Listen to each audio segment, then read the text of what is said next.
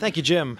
Good morning. This is going to be a busy week in Congress, and it starts today. We are doing some real important work to pass a bill that properly funds government and, most importantly, removes the uncertainty that our men and women in uniform have right now. By including the DoD appropriations bill in this funding of government bill, it actually gives real certainty to our troops. You know, our men and women for too long in military that serve our country, that sacrifice for our nation, have not had the certainty because we've been operating under CRs.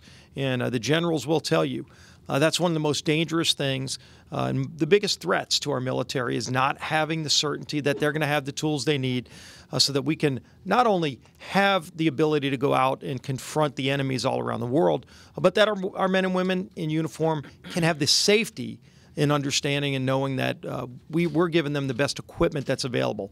It's about time we do it. It's about time the Senate actually takes this up.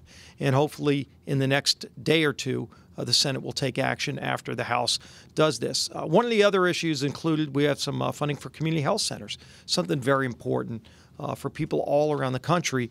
And also included in this bill is something I've worked very closely with our conference chair, Kathy McMorris Rodgers, on, and that is to make permanent the Steve Gleason Act. This is something that Congress came together on in a very bipartisan way to at least have a 2-year renewal of the Steve Gleason Act, which is something that's important to the entire ALS community. There was a ruling a few years ago out of Medicare that was going to take away the speech-generating devices that are so critical to giving a voice to those people with diseases like ALS that lose their voice. And so Steve Gleason and his foundation became very vocal in making and raising awareness all around the country. And ultimately, Congress came together and took action.